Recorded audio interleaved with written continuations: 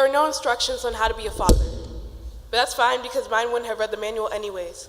Anything that takes time for him to learn how to love is too difficult for him to navigate. What do you think? On his way to my mother, he made a detour to someone else. And he's been leaving behind pillars of salt ever since. In search for sugar, my father is generational residue. He has learned to survive through women, depends on them for his fundamentals, and has become comfortable.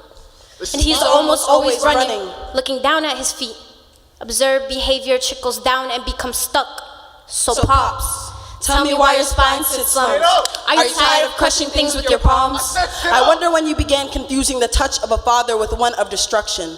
When you learned that love was only won by fear. How you felt like you would only feel like love was alive when it left a stinging sensation. Until that sting became a normalized presence. I don't know why the word father evokes no emotion from my chest other than wounded curiosity. A wound vulnerable, Never to heal.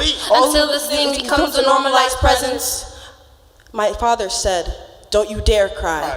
But I've seen him the few times he stops long enough to release the floodgates. To let himself sink for a while, to look for others who've also drowned in his muddy waters.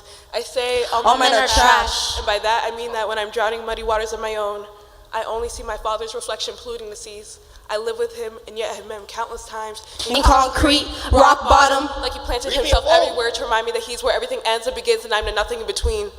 And this is why, when I say God, I mean my Father. I reach for I reach for God in my God in my throat. I reach for God in my throat. And he whispers baby threats, says the charade must go on, pulls me up by my strings and yells at me to dance, and he is not forcing me for once. God is stuck, has made settlement inside of me, took advantage of my space and stretched me into non-existence. Angels harp my vocal cords, pluck melodies too high in pitch for God's hair, easy for God to ignore. I reach for God in my throat, hum to him so he can find the exit. I reach for God in my throat, feel full but never had the chance to eat or to indulge in being fed, only knowing to serve.